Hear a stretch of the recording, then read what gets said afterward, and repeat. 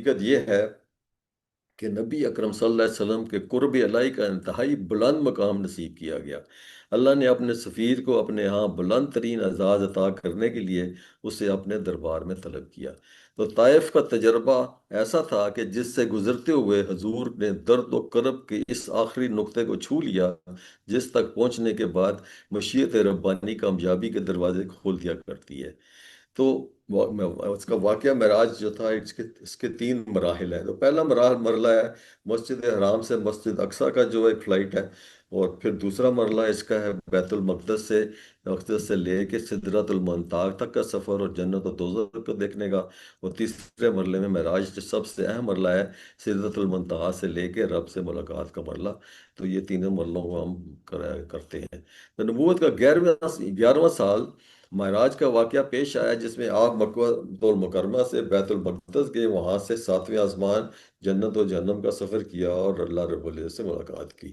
تو سیرت میں اس کے بارے میں سورہ اسرا، جس کو ہم سورہ بنی اسرائیل میں کہتے ہیں، اس کے بارے میں اللہ نے اس کی پہلی آیت میں کہا ہے، اعوذ باللہ من الشیطان الرجیم، سبحان الذی اسرا بعبدہ لیلا من المسجد الحرام والمسجد الاقصی الذی بارکنا حولہ لنوریہ من آیاتنا انہ هو السمیع البصیر۔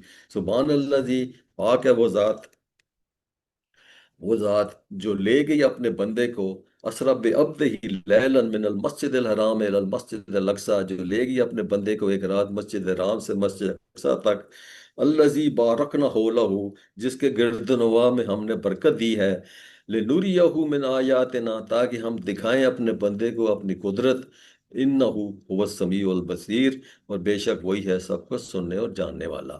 تو اس میں اسرا کا معنی ہوتا ہے راتوں کا سفر، رات کو ٹریول کرنے کو اسرا کہتے ہیں، اور معراج کا معنی ہے اوپر چڑھنا۔ اس سفر میں جو آپ صلی اللہ علیہ وسلم نے آسمان کا کیا، اسے معراج کہا جاتا ہے۔ تو اللہ تعالیٰ نے یہاں پہ جو یوز کیا ہے ورڈ سبحان الذی اسرا بعبدہ، اپنے عبد یعنی اپنے بندے کے لیے اللہ تعالیٰ نے قرآن پاک میں سب نبیوں کو اس کے ناموں سے پکارا، اور جب کہ رسول اکرم صلی اللہ علیہ وسلم کی عزت افزائی کے لیے انہیں اکثر ان کے القابات سے پکارا۔ القابات میں سب سے زیادہ باعزت لقب عبد کا ہے، عبد جس کے معنی ہے سب سے زیادہ فرما بردار بندہ۔ تو اسرا کے سفر میں اللہ تعالیٰ نے آپ کو اسی لقب سے پکارا۔ عبد جو ہے جسم اور روح کا اجتماع سے بنتا ہے، اور صرف جسم یا روح کا عبد نہیں کہہ سکتے، بلکہ اس لفظ سے واضح ہے کہ آپ نے یہ سفر جسم مبارک سفید کیا۔ آپ اللہ تعالیٰ کے قریب ترین ہونے کے باوجود اب عبد ہی رہے، یہ کسی شکل میں نعوذ باللہ خدائی کا حصہ نہیں بنے۔ تو اس سے بات پہ سب اتفاق کرتے ہیں کہ یہ واقعہ ہجرت سے تقریباً 1 سال قبل پیش آیا، اور اس پہ واضح اور متفق روایات نہیں ملتی ہیں آن دی ایگزیکٹ ڈیٹ۔ وہ 17 رجب بھی کہتے ہیں اور یہ 27 رجب بھی کہتے ہیں، تو یہ نہیں، یہ رجب کے مہینے میں بہرحال ہوا۔ تو امام بخاری اور امام مسلم اس واقعے کو کہ روایات جو ملتی ہیں ہمیں تمام، یعنی کہ اس میں حضرت ابو ذر ہے، حضرت مالک بن صاع ہے، اس میں حضرت انس بن مالک ہے، حضرت عبداللہ بن عباس ہے، حضرت جابر بن عبداللہ، حضرت ابو ہریرہ، حضرت عبداللہ بن مسعود، اور 45 صحابہ سے یہ روایات ملتی ہیں، جس میں یہ جو پوری جو اس کی تفصیل ملتی ہے۔ تو اس میں یہ نبی صلی اللہ علیہ وسلم نے یہ خود پھر بیان کیا، آ کے لوگوں کو آ کے انہوں نے بتایا۔ تو انہوں نے کہا کہ ایک صبح ارشاد فرمایا کہ گزشتہ رات میرے رب نے مجھے بڑی عزت بخشی، میں سو رہا تھا، یکشک محسوس ہوا جیسے کوئی جگا رہا ہے، اور چنانچہ میری آنکھ کھل گئی۔ اب جب جو دیکھا تو چھت شک تھی، یعنی کہ چھت کھلی پڑ گئی، اور جبرائیل علیہ السلام میرے پاس تھے۔ تو جبرائیل کا آنا، انہوں نے ہاتھ پر پکڑا، مجھے لے کر کعبہ کی حتیم میں پاس لائے، اور وہاں لٹا کر انہوں نے میرا سینہ چاک کیا، زمزم سے مجھے دھویا، اور پھر ایمان و حکمت سے بھر دیا۔ یہ شک صدر جو ہے نا، یہ روایات کے مطابق یہ 5 دفعہ نبی صلی اللہ علیہ وسلم نے ایکسپیرینس کیا۔ جو سب سے پہلے تو when he was very young، 4 سال کے تھے، 5 سال کے، ادھر حضرت حلیمہ بی بی کے پاس، تو وہاں پر یہ واقعہ ہوا، بلکہ وہ ڈر گئیں اور وہ پھر اس کو واپس اپنی والدہ کے پاس چھوڑ گئیں۔ اور پھر یہ 10 سال میں اس کا رپورٹڈ ہے، اور پھر 20 سال میں، اور پھر 40 سال جب ان کو رسالت ملی، اور پھر معراج کے موقع پر دس از دا 5th ٹائم۔ تو انہوں نے زمزم سے دھویا اور پھر ایمان و حکمت سے بھر دیا۔ اس کے بعد انہوں نے میرے لیے ایک سفید جانور براق پیش تھا، جو خچر سے کچھ تھوڑا چھوٹا اور گدھے سے کچھ بڑا تھا۔ ان میں ہم اس پر ہم دونوں سوار ہو گئے اور چشم زدن میں بیت المقدس پہنچ گئے۔ چشم زدن means the speed of light, یا آن دا فلک آف آئی جو کہتے ہیں نا، تو اس سے بھی زیادہ تیز روشنی سے وہ وہ جو تھا براق گیا، اور وہ مسجد اقصیٰ وہاں مسجد بیت المقدس میں پہنچ گئے۔ تو یہ آسمانوں کا سر اور بیت المقدس میں جو حاضری ہے، اس کے بعد صلی اللہ علیہ وسلم مسجد اقصیٰ میں داخل ہوئے۔ وہاں کے وہاں جو آپ صلی اللہ علیہ وسلم نے انبیاء کے ساتھ نماز ادا کی۔ بعض روایت میں انبیاء نے آپ صلی اللہ علیہ وسلم کی امامت میں نماز ادا کی، اس کے بعد آسمان کا سفر شروع ہو گیا۔ تو آسمانوں کا سفر کا جو پہلا آسمان ہے، جبرائیل علیہ السلام نے میرا ہاتھ پکڑ کر مجھے آسمان کی طرف چڑھا لیا۔ جب آسمانی دنیا پر پہنچے تو جبرائیل نے اس وقت آسمان کے دروغہ سے کہا، دروازہ کھولیے۔ اس نے پوچھا کون ہے؟ آپ نے کہا جبرائیل۔ انہوں نے پوچھا آپ کے ساتھ کون ہے؟ انہوں نے کہا میرے ساتھ محمد صلی اللہ علیہ وسلم ہے۔ اس نے پوچھا کیا انہیں بلایا گیا ہے؟ تو انہوں نے کہا ہاں بلایا گیا، دروازہ کھولیے۔ تو تب پھر دروازہ انہوں نے کھولا، انہوں نے کہا کہ مرحبا ہم کہتے ہیں، اور ان کو آنا مبارک ہو۔ تو پھر پہلا آسمان میں جب اندر پہنچے تو وہاں حضرت آدم کو دیکھا۔ جبرائیل نے کہا کہ یہ آپ صلی اللہ علیہ وسلم کے والد آدم ہیں، انہیں سلام کیجئے۔ میں نے انہیں سلام کیا تو انہوں نے جواب دیا اور کہا نیک بیٹے، نیک پیغمبر، خوش آمدید ہو۔ اور پھر دوسرے آسمان میں گئے، دوسرے مان وہاں حضرت عیسیٰ علیہ السلام سے ملاقات ہوئی۔ پھر تیسرے آسمان میں وہاں حضرت یوسف سے ملاقات ہوئی۔ اور جتنے بھی آسمانوں میں گئے ہیں نا، وہ ساروں کے ساتھ یہی ڈائلاگ تھا کہ دروگا تھا، اور آگے سے پوچھا تو سوال دیا، جواب دیا، اور پھر اس نے دروازہ کھولا۔ تو اسی طریقے سے آن دا تھرڈ آسمان میں وہ پہنچے، حضرت یوسف سے ملاقات ہوئی۔ پھر چوتھا آسمان تھا، اس میں حضرت ادریس سے ملاقات ہوئی۔ پانچویں میں حضرت ہارون علیہ السلام سے ملاقات ہوئی، اور چھٹے میں حضرت موسیٰ علیہ السلام سے ملاقات ہوئی، اور ساتویں میں حضرت ابراہیم علیہ السلام سے ملاقات ہوئی۔ جبرائیل نے کہا یہ آپ کے والد حضرت ابراہیم ہیں، انہیں سلام کیجئے۔ میں نے انہیں سلام کیا تو انہوں نے جواب دیا کہ نیک فرزند اور نیک نبی، خوش آمدید۔ تو حضرت ابراہیم سے بڑا یہ مشہور گول ہے، انہوں نے نبی صلی اللہ علیہ وسلم سے فرمایا کہ اپنی امت کو میرا سلام پہنچائیے۔ انہوں نے بتلائیے کہ جنت کی مٹی بڑی پاکیزہ، پانی بہت شیریں، لیکن وہ چٹیل میدان ہے، اور اور ان کے جو پودے لگانا ہے، وہ جتنے چٹیل میدان ہے، یعنی کہ it's a very fertile land, اس میں جو پودے لگانے ہیں نا، وہ کیسے لگانے ہیں؟ وہ جنت کے پودے انہوں نے بتائے ہیں، سبحان اللہ، الحمدللہ، لا الہ الا اللہ، اللہ اکبر، ولا حول ولا قوت الا باللہ۔ یہ جتنی بھی تسبیحات ہیں، یہ ہمیں بہت زیادہ کرنی چاہیے، یہ جنت کے پودے ہیں۔ اور وہ چٹیل میدان ہے، آپ جتنی زیادہ تسبیح کریں گے اس میں وہ آپ کے پودے لگتے جائیں گے۔ پھر سدرۃ المنتہا سے لامقام تک اگلا سفر ہے۔ پھر میرے سامنے سدرۃ المنتہا کو ظاہر کیا گیا۔ وہ ایک بیری کا پیڑ ہے، سدرہ تو ایک بیری کا پیڑ کہتے ہیں۔ اس کے انتہا پر جو ہے جگنوں کی طرح چمک رہے تھے، اور آپ صلی اللہ علیہ وسلم کو سدرۃ منتہا تک لے جایا، تو جو چیزیں یعنی نیک اعمال اور نیک ارواح زمین سے اوپر جاتی ہیں، وہ سدرۃ وہاں پر جا کر ٹھہر جاتی ہیں۔ اس طریقے سے جو چیزیں احکام خداوندی جو اوپر سے آتی ہیں، وہ وہاں پر آ کر ٹھہر جاتی ہیں، یہاں تک کہ فرشتے ان احکام کو جس جگہ کے بارے میں حکم ہوتا ہے، ان احکام کو اس جگہ وہ پہنچاتے ہیں۔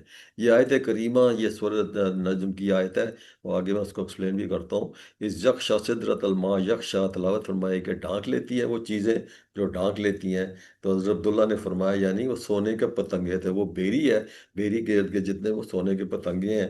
یہاں آپ صلی اللہ علیہ وسلم کو بہت سی حقیقوں کا مشاہدہ کرایا گیا، اور آپ اللہ تعالیٰ سے کلام ہوئے، اور یہاں پر پھر ان کو جو تحفے دیے گئے ان کا ذکر ہے۔ اس میں 3 تحفے دیے گئے، اس کی تفصیل میں آگے بیان کرتا ہوں۔ اس میں سب سے پہلا نماز کا ہے، اور دوسرا تحفہ تھا سورہ بقرہ کی 2 آیات ہیں، اس کی میں تفصیل آگے بتاتا ہوں۔ اور پھر تیسرا تحفہ تھا مسلمانوں کی بخشش کے بارے میں، یہ شرک نہیں کریں گے ان کو معاف کر دیں گے۔ یہ تینوں تحفے امت محمدی کے لیے اللہ کی طرف سے خاص رحمت اور محمد کا علامت ہے۔ تو پہلا ہے نماز کا تحفہ۔ نبی اللہ سبحانہ تعالیٰ نے فرمایا سورہ نجم میں، فَأُوحِيَ إِلَىٰ عَبْدِهِ مَا أُوحِيَ، پھر اللہ نے اپنے بندے کی طرف جو بھیجا سو بھیجا۔ تو اس میں جو پہلے اللہ نے ان کو 50 نمازیں کا حکم دیا گیا. رسول اکرم کو روزانہ 50 نمازیں فرض کرنا حکم ملا، جو بعد میں سکسیسیولی جو ہے نا وہ ریڈیوس ہوتی رہی. وہ آئے، حضرت موسیٰ نے پوچھا کتنی، انہوں نے کہا 50. انہوں نے کہا یہ بہت زیادہ ہیں، میں جانتا ہوں بنی اسرائیل کو، میری امت کو، میں نے بڑا اس کے اوپر محنت کی، لیکن وہ نہیں کر سکتے تھے. اس کو جاؤ، اس کی تخفیف کراؤ. پھر نبی صلی اللہ علیہ وسلم واپس گئے. پھر 10 50 سے کم ہو کے 10 اور کم ہوئی، پھر 5 اور کم ہوئی، سکسیسفلی کرتے کرتے ultimately it boiled down to 5 نماز. انہوں نے کہا کہ موسیٰ علیہ السلام نے کہا کہ موسیٰ نے نصیحت فرمائی کہ آپ واپس جائیں اور کم تعداد کے لیے درخواست کریں.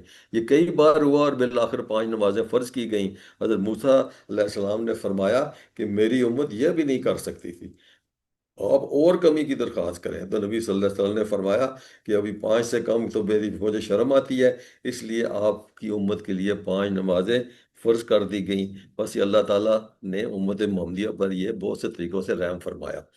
تو ابھی یہ نماز کی اہمیت یہ ہے کہ جتنی بھی عبادات ہیں، حج، زکوٰۃ، روزہ وغیرہ، تو یہ تو وہی کے تھرو جبرائیل علیہ السلام کے ذریعے زمین پر آتی رہی، اور وہ ان کی وہی آتی رہی، اور ان کے جو عبادات جو ہے اس طریقے سے کمپلائی ہوتا ہے. لیکن نماز کی یہ خاص خاصیت ہے کہ اس کا حکم اللہ سبحانہ تعالیٰ نے نبی صلی اللہ علیہ وسلم کو معراج کے موقع پر بلا کر براہ راست خود دیا. تو قرآن کریم میں بہت سی آیات ہیں جو نماز کی اہمیت کو بیان کرتی ہیں. اللہ تعالیٰ نے حضرت موسیٰ علیہ السلام کو سورۃ طٰ میں فرمایا واقیم الصلاۃ علی ذکری، میری یاد کے لیے نماز قائم کرو. اسی طرح حضرت عیسیٰ علیہ السلام بہت چھوٹے ہی تھے جب وہ بول پڑے کہ او صاحب بالصلاۃ والزکوٰۃ ما دمت حیا، کہ جب تک میں زندہ ہوں مجھے نماز اور زکوٰۃ کا حکم دیا گیا. تو دعا ہے کہ اللہ تعالیٰ ہمیں نماز کی اہمیت کو سمجھنے اور اس پر کاربند ہونے کی توفیق عطا فرمائے. آمین ثم آمین. تو اس میں پہلی ذکر کر چکے ہیں ہم نماز کا، 5 نمازوں کا. پھر آگے آ جاتے ہیں سورہ بقرہ کی آخری 2 آیات. اس میں یہ 2 آیات ہیں، 285 اور 286. اعوذ باللہ من الشیطان الرجیم. آمن الرسول بما انزل علیہ من ربہ والمؤمنون کل آمن باللہ وملائکتہ وکتبہ ورسلہ لا نفرق بین احد من رسلہ وقالوا سمعنا واطعنا غفرانک ربنا والیک المصیر. آمن الرسول، ایمان لائے رسول پر، بما انزل علیہ، اور اس پر جو نازل کیا گیا من رب ہی، اس کے رب کی طرف سے، والمومنون، اور سب مومن بھی، کل آمن باللہ، اور سب ایمان لائے اللہ پر، و ملائکتہ ہی، اور اس کے فرشتوں پر، و کتب ہی، اور اس کی کتابوں پر، و رسول ہی، اور اس کے رسولوں پر. لا نفرق بین احد من رسولہ، اور نہیں ہم فرق کرتے کسی ایک کے درمیان اس کے رسولوں میں. وقالو، اور کہتے ہیں، سمعنا، ہم نے سنا، واطعنا، اور ہم نے اس پر اطاعت کی، غفرانک، اور تو ہمیں بخش دے، ربنا، اے ہمارے رب، علیک المصیر، ہم نے تیری طرف ہی لوٹ کر جانا ہے. اس آیت میں اسلام کے عقائد اور اسلامی طرز عمل کا خاص بیان کر دیا. وہ یہ ہے کہ اللہ اور اس کے فرشتوں کو، اس کی کتابوں کو ماننا، اس کے رسولوں کو تسلیم کرنا، بغیر اس کے ان کے درمیان کوئی فرق نہ کرنا، یعنی کسی کو ماننا یا کسی کو نہ ماننا، اور اس امر کو تسلیم کرنا کہ آخر کار ہمیں اس کے حضور حاضر ہونا ہے. یہ 5 امور اسلام کے بنیادی عقائد ہیں. ان عقائد کو قبول کرنے کے بعد ایک مسلمان کے لیے صحیح طرز یہ عمل یہ ہے کہ اللہ کی طرف جو حکم بھیجے وہ پہنچے، اس سے بصر چشم قبول کرے اور اس کی اطاعت کرے، اور اسے اپنے حسن عمل پر غرہ نہ کرے. یہ نہ کرے کہ میں نے بڑے عمل کر لیے ہیں، بلکہ اللہ سے عفو اور درگزر کی درخواست کرتا رہے. اگلی آیت ہے، لا یکلف اللہ نفسا وسعها، اور نہیں تکلیف دیتا اللہ کو کسی شخص کو مگر اس کی طاقت کے مطابق. لہا ما کسبت، اس کے لیے جو اس نے کمایا، وعلیہا ما اکتسبت، اور اس پر وبال جو اس نے برائی کمائی. ربنا، اے ہمارے رب، لا تؤاخذنا، اور نہ مؤاخذہ کر ہمارا، ان نسینا، اگر ہم بھول جائیں، وہ اخطانا، اور اگر ہم سے کوئی خطا سرزد ہو جائے. ربنا، اے ہمارے رب، ولا تحمل علینا اسرا، اور نہ ڈال ہم پر بوجھ، کما حملتا ہو، جیسے کہ تو نے ڈالا، علی الذین من قبلنا، ان لوگوں پر جو تم سے پہلے تھے. ربنا، اے ہمارے رب، ولا تحملنا، اور نہ ہم پر بوجھ ڈال، ما لا طاقت لنا، جو ہمیں، جس کی ہمیں طاقت نہ ہو اٹھا سکنے کی. واعف عنا، ہم سے درگزر فرما. واغفر لنا، اور بخش دے ہمیں. وارحمنا، اور ہمیں پر رحم فرما. انت مولانا، تو ہی ہمارا مولا، تو ہی ہمارا مولا ہے. فانصرنا، ہماری مدد فرما، اللہ القوم الکافرین، کافرین کی خلاف. یعنی تفہیم القرآن سے اس کی تھوڑی سی میں تفسیر ایڈ کی ہے، یعنی اللہ کی ہاں انسان کی ذمہ داری اس کی مقدرت کے ساتھ، یعنی اس کی کیپیسٹی کے لحاظ اللہ ڈالتا ہے۔ اگر ایسا ہرگز نہ ہوگا کہ بندہ ایک کام کرنے کی قدرت ہی نہ رکھتا ہو، اللہ اس پر اس کے باز پرس کرے تو کہ تو نے فلاں کام کیوں نہیں کیا، یا ایک چیز سے بچنا فی الحقیقت اس کے مقتدر سے باہر ہو اور اللہ اس کا مواخذہ کرے تو نے اس سے پرہیز کیوں نہیں کی۔ لیکن یاد رہے کہ اپنی مقتدرت کا فیصلہ کرنا انسان خود نہیں کرتا، یہ اللہ کا فیصلہ ہے۔ اللہ کر سکتا ہے ایک شخص فی الحقیقت کس چیز کی قدرت رکھتا ہے اور کس چیز کی نہیں رکھتا، یعنی مشکلات کا اتنا ہی بار ہم پر ڈال جیسے ہم سہار سکیں، آزمائشیں بس اتنی بھیج ان پر جس پر ہم پورے اتر سکیں۔ ایسا نہ ہو کہ ہماری قوت برداشت سے بڑھ کر سختیاں ہم پر نازل ہوں اور ہماری قدم راہ جو حق میں ڈگمگا جائے۔ یعنی جو ہے اس کا کیا کانٹیکس کیا بنتا ہے ہجرت کے ساتھ، اس کے ساتھ ہمارے پوری جو ہمارے دین ہے اس کے ساتھ کیا اس کا کانٹیکس بنتا ہے۔ اس دعا کو پوری روح کو سمجھنے کے لیے یہ بات پیش نظر رہنی چاہیے کہ یہ آیات ہجرت سے تقریباً 1 سال پہلے معراج کے موقع پر نازل ہوئیں، جبکہ مکہ میں کفر و اسلام کی کشمکش اپنی انتہا کو پہنچ چکی تھی۔ مسلمانوں پر مصائب اور مشکلات کا پہاڑ ٹوٹ رہے تھے، اور صرف مکہ ہی نہیں بلکہ سرزمین عرب میں کوئی جگہ ایسی نہ تھی جہاں کسی بندہ خدا نے دین حق کی پیروی اختیار کی ہو اور اس کے لیے خدا کی سرزمین پر سانس لینا دشوار کر دیا ہو۔ ان حالات میں مسلمانوں کو تلقین کی گئی کہ اپنے مالک سے اس طرح دعا مانگو، ربنا لا تؤاخذنا ان نسینا او اخطانا، مطلب اللہ آپ کو سکھا رہا ہے کہ آپ نے کیسے اللہ سے دعا مانگنی ہے۔ تو جو دعا اللہ سکھا رہا ہے، ظاہر ہے دینے والا خود ہی جب مانگنے کا ڈھنگ بتائے تو ملنے کا یقین تو آپ سے ہی ہوتا ہے۔ تو اس لیے یہ دعا اس وقت کے مسلمانوں کے لیے غیر معمولی تسکین قلب کا موجب تھی، اور ابھی بھی۔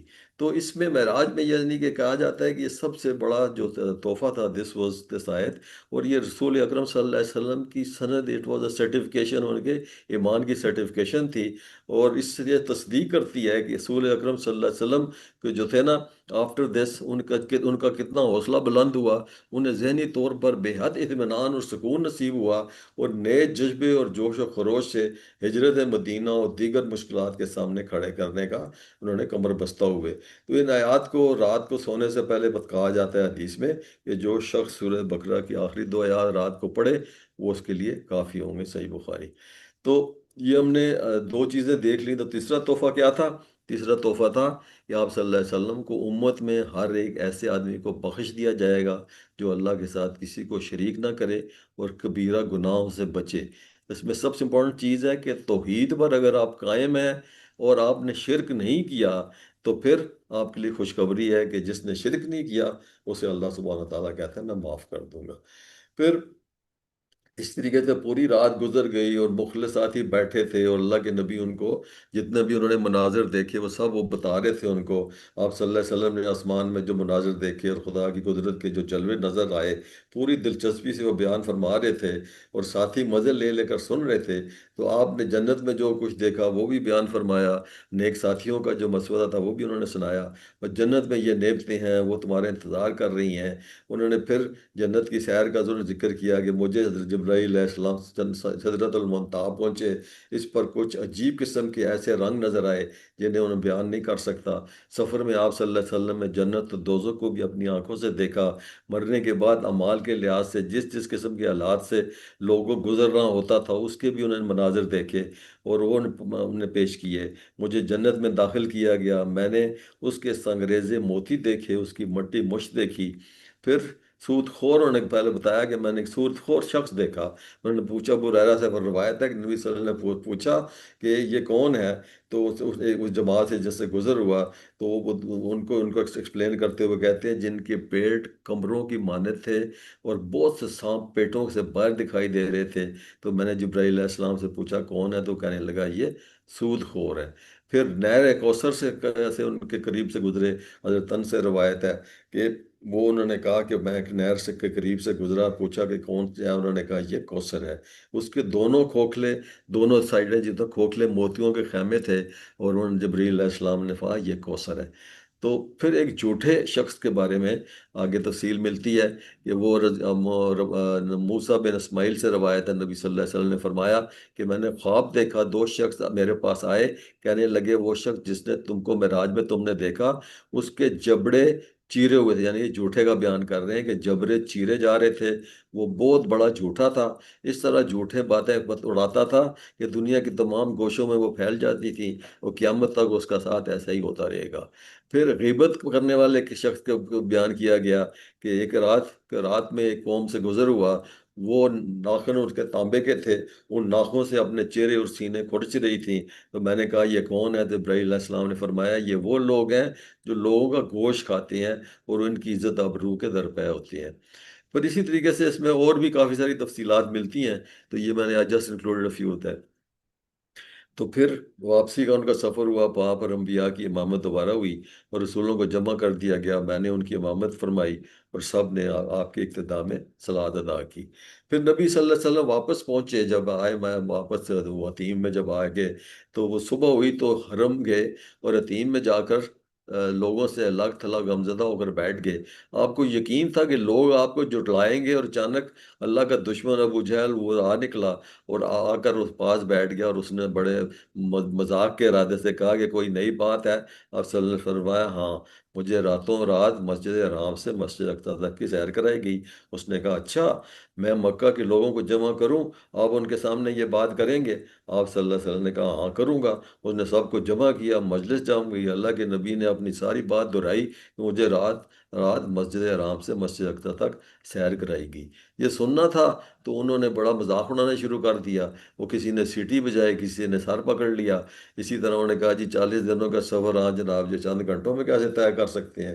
کسی نے کہا ہم نے تو بیت المقدس دیکھا ہوا ہے، نبی صلی اللہ علیہ وسلم سے انہوں نے کہا کہ اگر دیکھا ہوا ہے تو ان سے سوال پوچھتے ہیں کہ بیت المقدس کے بارے میں بتائیں، تو وہ اس کی بناوٹ کیسی ہے، صورت کیسی ہے، تاکہ ہمیں سوالوں سے جو ہے اطمینان ہو، تو ابھی حقیقت کھول کر سامنے آ جائے گی۔ چنانچہ لوگوں نے آپ سے بیت المقدس کے بارے میں پوچھنا شروع کر دیا۔ تو بیت المقدس اللہ سبحانہ تعالیٰ نے اس کی پوری جو پکچر تھی، وہ پوری اس کی ویڈیو نبی صلی اللہ علیہ وسلم کے سامنے کھڑی کر دی۔ وہ پھر کفار جو سوال پوچھتے تھے آپ صلی اللہ علیہ وسلم دیکھ کر انہیں بیان کرتے جاتے تھے۔ تفصیلات سن کر کفار نے اقرار کیا کہ آپ جو بیان کر رہے ہیں بیت المقدس ٹھیک اسی طرح کا ہے، لیکن پھر جو ہے کفار، انہیں تو سچائی کو تسلیم کرنا ہی نہیں تھا۔ وہ بات تو یہ سچی ہے لیکن وہ کہتے ہیں آپ جھوٹے ہیں، اتنے طویل مسافت کا جو سفر ہے وہ رات کے چند گھڑیوں میں کیسے آپ تک طے کر سکتے ہیں؟ اسی طرح پھر وہ حضرت ابو بکر کے پاس گئے اور جا کے ان سے کہا کہ آپ کو معلوم ہے کہ آپ کا ساتھی کیا کہہ رہا ہے؟ اس نے دریافت کیا کیا کہہ رہا ہے؟ انہوں نے بتایا کہ وہ کہتا ہے کہ میں رات کو بیت المقدس گیا اور وہاں سے واپس آنے کا دعویٰ کرتا ہے۔ تو ابو بکر صدیق نے کہا اگر اس نے یہ بات کی ہے تو اس نے بالکل سچ کی ہے، کیونکہ میں نے خود، اب انہوں نے کہا میں تصدیق کرتا ہوں کہ میں نے کئی دفعہ جو ہے جبریل علیہ السلام ان کے پاس پیغام لاتے ہیں بھی ہیں اور واپس بھی جاتے ہیں۔ اگر محمد صلی اللہ علیہ وسلم فرما رہے ہیں کہ وہ راتوں رات ساتوں آسمان کی سیر کی ہے تو میں اس کی تصدیق کرتا ہوں، میں مانتا ہوں۔ اور تو اس واقعے کو نبی صلی اللہ علیہ وسلم نے جب سنا اور تو انہوں نے ان کا جو لقب کیا رکھا، صدیق اکبر۔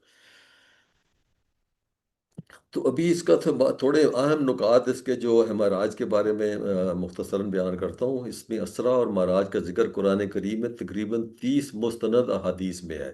یہ رسول اکرم کو ایمان کو اور زیادہ تقویت دینے کے لیے تھا، جس طرح حضرت موسیٰ علیہ السلام کو عصا کے معجزے سے ان کا ایمان کی تقویت دی گئی، اسی طرح حضرت ابراہیم علیہ السلام نے جب انہوں نے کہا کہ تم اللہ تو بندے کیسے زندہ کرو گے، دوبارہ کیسے اٹھاؤ گے، تو اللہ نے کہا کہ وہ پرندے لو اور ان کو پالو اور پھر ان کو ذبح کر کے ان کے ٹکڑے چٹانوں پہ رکھ دو اور ان کو بلاؤ۔ تو اس وقت وہ ابراہیم علیہ السلام نے یہ بات جو کہی ان کا میرے دل کو تاکہ تقویت مل جائے، تو وہ انہوں نے ان کو یہ معجزہ دکھایا۔ تو پھر اسرا معراج رسول اکرم کے لیے ایک ذاتی تحفہ تھا جو کسی نبی کو نہیں ملا۔ یہ تحفہ آپ کو اس وقت ملا جب آپ بہت غمگین تھے، یہ تحفہ اچانک اور غیر متوقع تھا، اس سے آپ کے دل و دماغ کے ایک نچلی کیفیت سے اعلیٰ ترین کیفیت حاصل ہوئی۔ آپ نے اللہ تعالیٰ کی بڑی نشانیاں جیسے مثلاً سدرۃ المنتہا، بیت معمور، حضرت جبرائیل علیہ السلام کو اصلی شکل میں دیکھنا، اور سورہ نجم میں جیسے فرمایا ما ذاق البصر و طغی، یعنی تو یعنی یہ تو آپ کی نگاہ نہ بیکی نہ حد سے بڑی، یعنی کہ نبی صلی اللہ علیہ وسلم کی اللہ سبحانہ تعالیٰ تعریف کر رہے ہیں سورہ نجم میں. اس کو میں نے اس کی چند آیات لکھی ہیں. وَلَقَدْ رَآهُ نَزْلَةً أُخْرَى، وہ بلا شبہ یقیناً اس رسول نے دیکھا اس جبرائیل کو ایک بار معراج کی رات. ان دا سدرت المنتہا، سدرت المنتہا کے پاس، اندہا جنت المأوا، اور اس کے پاس ہمیشہ رہنے کی جنت ہے. اس یکشا سدرت الما یکشا، جب ڈھانپ رہا تھا اسے، بیری کو جو ڈھانپ رہا تھا. ما زغال بصر ما طغی، بھی یہ دس از امپورٹنٹ پوائنٹ یہاں پر اس کا ہے کہ نہ اس کی نگاہ اس طرف مائل ہوئی اور نہ وہ حد سے بڑی، یعنی کہ رسول پاک پر کوئی بہت ایکسٹرا آرڈنری وہ چیز نہ انہوں نے نہیں فیل کی. یعنی کہ ایک طرف نبی صلی اللہ علیہ وسلم کا کمال تحمل کا حال یہ تھا کہ ایسی زبردست تجلیات کے سامنے بھی آپ کی نگاہ میں کوئی چکا چوند پیدا نہ ہوا، آپ پورے سکون کے ساتھ اس کو دیکھتے رہے. دوسری طرف آپ کی ضبط اور یکسوئی کا کمال یہ تھا کہ جس مقصد کے لیے آپ نے ایک تماشائی کی طرح ہر طرف نگاہیں دوڑانی نہ شروع کر دیں، اس کی مثال ایسی ہے جیسے کسی شخص کو ایک عظیم و جلیل بادشاہ کے دربار میں اگر آداب حضوری جو جس سے ناشنا ہو تو وہ مقام شاہی میں غافل ہو کر دربار کی سجاوٹ کا نظارہ کرنے کے لیے ہر طرف مڑ مڑ کے دیکھنے لگے. لیکن ایک عالی ظرف انسان، ادب آشنا اور فرش شناس آدمی نہ تو وہاں پہنچ کر مبہوت ہوگا اور نہ دربار کا تماشا دیکھنے کے لیے مشغول ہو جائے گا، بلکہ وہ پورے وقار کے ساتھ حاضر ہوگا، اپنی ساری توجہ اس مقصد پر مرکز رکھے گا جس کے لیے دربار شاہی اس کو طلب کیا. تو نبی صلی اللہ علیہ وسلم کی یہی خوبی ہے جس کی اس آیت میں تعریف کی گئی ہے. تو ابن بصیر کہتا ہے کہ اگر کسی شخص کو نشانیوں کا معمولی سا بھی مشاہدہ ہوتا تو وہ اس کا دل و دماغ کا توازن کھو کر پاگل ہو جاتا، لیکن رسول اکرم اس سفر سے واپس آ کر سکون سے عدیم میں سو گئے. اس طرح بخاری میں کہ نبی صلی اللہ علیہ وسلم نے فرمایا کہ اگر تمہیں وہ پتہ چل جائے جو مجھے معلوم ہے تو تم مسکرانا چھوڑ دو گے اور ہمیشہ روتے رہو گے، اور سب آرائشیں جو ہے نا اپنی عورتیں شورتیں سب چھوڑ دو گے. تو اس واقعے سے رسول اکرم کی بشری کیفیت بھی ظاہر ہوتی ہے کہ وہ نشیب و فراز اور غمی، خوشی اور غمی کے مراحل سے گزرتے ہیں، پھر بھی جرت سے لوگوں کے سامنے بتاتے ہیں آ کے، اور حقیقت کے لوگوں کو لوگ جو ہیں وہ اس کے لوگوں کے ڈر سے ذرا برابر بھی اس میں کوئی چینجنگ نہیں کرتے. تو ابھی اس میں we come to the end of the first part, تو we'll just take a short break and then we'll go on to the next part. Sir kindly recording روک لیں پلیز. ڈاکٹر صاحب جی صحیح ہے جی، وقفہ کر لیجیے 5 منٹ کا جی، انشاءاللہ اس کے بعد شروع کرتے ہیں جی.